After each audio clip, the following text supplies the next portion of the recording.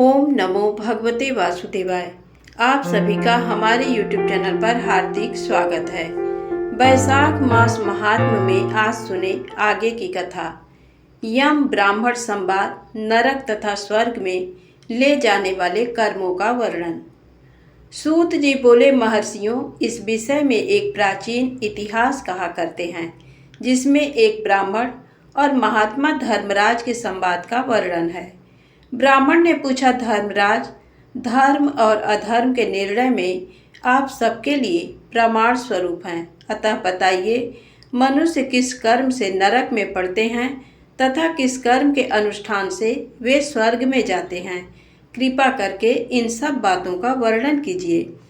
यमराज बोले, ब्राह्मण, जो मनुष्य मन, वाणी तथा क्रिया द्वारा धर्म से विमुख और श्री विष्णु भक्ति से रहित है, जो ब्रह्मा, शिव तथा विष्णु को भेद बुद्धि से देखते हैं, जिनके हृदय में विष्णु विद्या से विरक्ति है, जो दूसरों के खेत, जीविका, घर, प्रीति तथा आशा का उच्छेद करते हैं, वे नरकों में जाते हैं।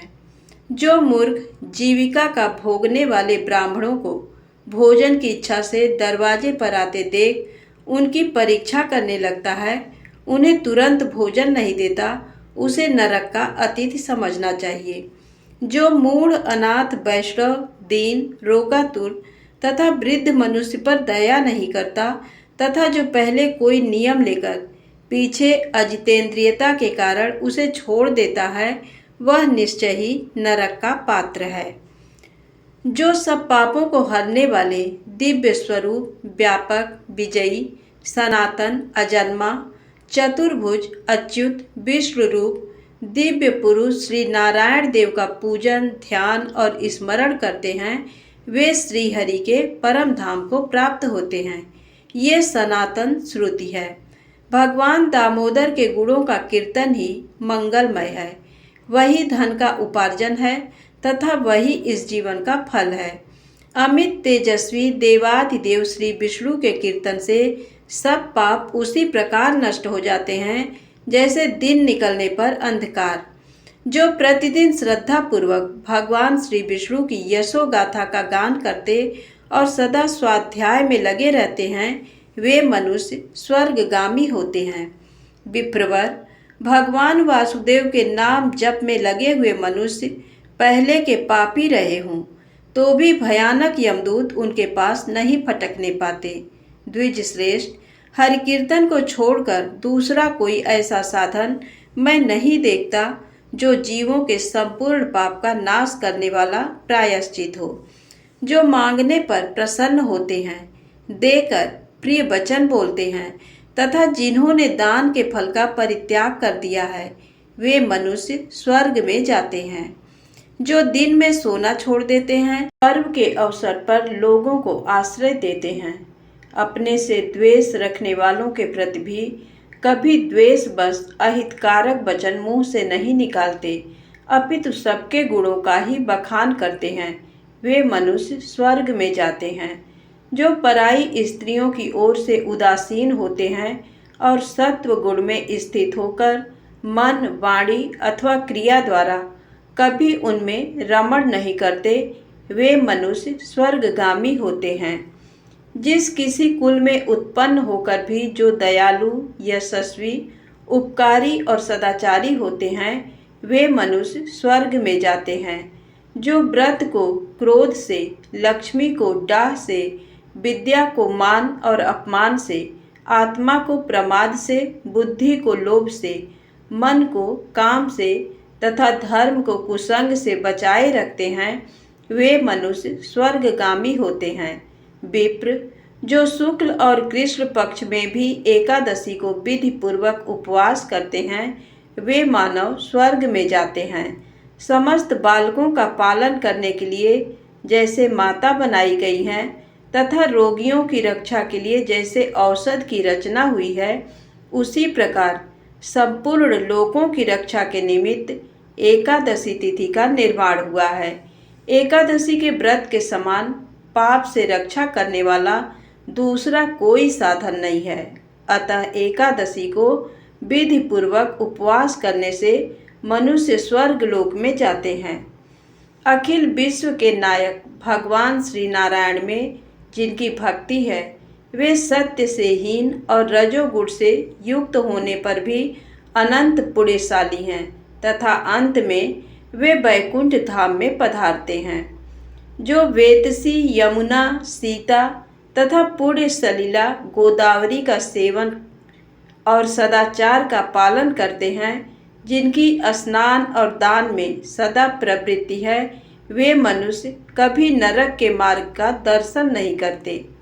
जो कल्याणदायिनी नर्मदा नदी में गोते लगाते तथा उसके दर्शन से प्रसन्न होते हैं, वे पाप रहित हो महादेव जी के लोक में जाते और चिरकाल तक महा आनंद भोगते हैं। जो मनुष्य चर्मणवती नदी में स्नान करके शौच, संतोष आदि नियमों का पालन करते हुए उसके तट पर विशेषतः व्यासाश्रम में 3 रात निवास करते हैं, वे स्वर्ग लोक के अधिकारी माने गए हैं। जो गंगा जी के जल में अथवा प्रयाग, केदारखंड, पुष्कर, व्यासाश्रम या प्रभास क्षेत्र में मृत्यु को प्राप्त होते हैं, वे विष्णु लोक में जाते हैं। जिनकी द्वारका या कुरुक्षेत्र में मृत्यु हुई है, अथवा जो योगाभ्यास से मृत्यु को प्राप्त हुए हैं, अथवा मृत्यु काल में जिनके मुख से हरि इन 2 अक्षरों का उच्चारण हुआ है, वे सभी भगवान श्री हरि के प्रिय हैं। विप्र, जो द्वारकापुरी में 3 रात भी ठहर जाता है, वह अपनी 11 इंद्रियों द्वारा किए हुए सारे पाप को नष्ट करके स्वर्ग में जाता है। ऐसी वहाँ की मर्यादा है। वैष्णव व्रत, एकादशी के पालन से होने वाला धर्म तथा यज्ञ आदि के अनुष्ठान से उत्पन्न होने वाला धर्म, इन दोनों को विधाता ने तराजू पर रखकर तोला था। उस समय इनमें से पहले का ही पलड़ा भारी रहा। ब्राह्मण जो एकादशी का सेवन करते हैं तथा जो अच्युत अच्युत कहकर भगवान नाम का कीर्तन करते हैं, उन पर मेरा शासन नहीं चलता। मैं तो स्वयं ही उनसे बहुत डरता हूँ। जो मनुष्य प्रत्येक मास में 1 दिन अमावस्या को श्राद्ध के नियम का पालन करते हैं और ऐसा करने के कारण जिनके पितर सदा तृप्त रहते हैं, वे धन्य हैं, वे स्वर्गगामी होते हैं। भोजन तैयार होने पर जो आदर पूर्वक उसे दूसरों को परोसते हैं और भोजन देते समय जिनके चेहरे के रंग में परिवर्तन नहीं होता, वे शिष्ट पुरुष स्वर्गलोक में जाते हैं। जो मर्त्य लोक के भीतर भगवान श्री नर नारायण के आवास स्थान बद्रिकाश्रम में और नंदा के तट पर 3 रात निवास करते हैं, वे धन्यवाद के पात्र और भगवान श्री विष्णु के प्रिय हैं। ब्राह्मण जो भगवान पुरुषोत्तम के समीप जगन्नाथपुरी में 6 मास तक निवास कर चुके हैं, वे अच्युत स्वरूप हैं और दर्शन मात्र से समस्त पाप को हर लेने वाले हैं। जो अनेक जन्मों में उपार्जित पुण्य के प्रभाव से काशीपुरी में जाकर मणिकर्णिका के जल में गोते लगाते और श्री विश्वनाथ जी के चरणों में मस्तक झुकाते हैं, वे भी इस लोक में आने पर मेरे बंदनी होते हैं। जो श्री हरि की पूजा करके पृथ्वी पर कुश और तिल बिछाकर चारों ओर तिल बिखेरते और लोहा तथा दूध देने वाली गौ दान करके विधि पूर्वक मृत्यु को प्राप्त होते हैं, वे मनुष्य स्वर्ग में जाते हैं। जो पुत्रों को उत्पन्न करके उन्हें पिता पितामहों के पद पर बिठाकर ममता और अहंकार से रहित होकर मरते हैं, वे भी स्वर्ग लोक के अधिकारी होते हैं। जो चोरी डकैती से दूर रहकर सदा अपने ही धन से संतुष्ट रहते हैं अथवा अपने भाग्य पर ही निर्भर रहकर जीविका चलाते हैं, वे मनुष्य स्वर्गगामी होते हैं। जो स्वागत करते हुए शुद्ध पीड़ा रहित मधुर तथा पाप रहित वाणी का प्रयोग करते हैं, वे लोग स्वर्ग में जाते हैं। जो दान धर्म में प्रवृत्त तथा धर्म मार्ग के अनुयायी पुरुषों का उत्साह बढ़ाते हैं, वे चिरकाल तक स्वर्ग में आनंद भोगते हैं।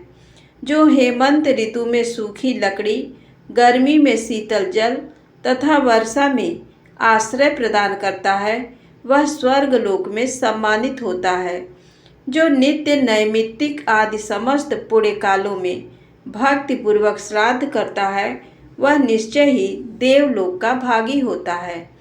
दरिद्र का दान, सामर्थ्यशाली की क्षमा, नौजवानों की तपस्या, ज्ञानियों का मौन, सुख भोगने के योग्य पुरुषों की सुखेच्छा निवृत्ति तथा संपूर्ण प्राणियों पर दया, ये सद्गुण स्वर्ग में ले जाते हैं।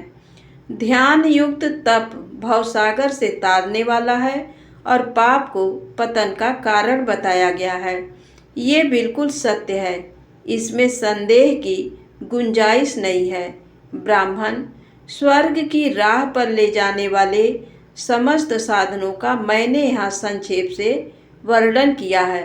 अब तुम और क्या सुनना चाहते हो? धन्यवाद। कथा समाप्त हुई। आगे की कथा कल। जय श्री कृष्णा, जय श्री राधे। यदि आपको वीडियो पसंद आई हो तो कृपया मेरे चैनल को लाइक सब्सक्राइब अवश्य करें। जय माता दी।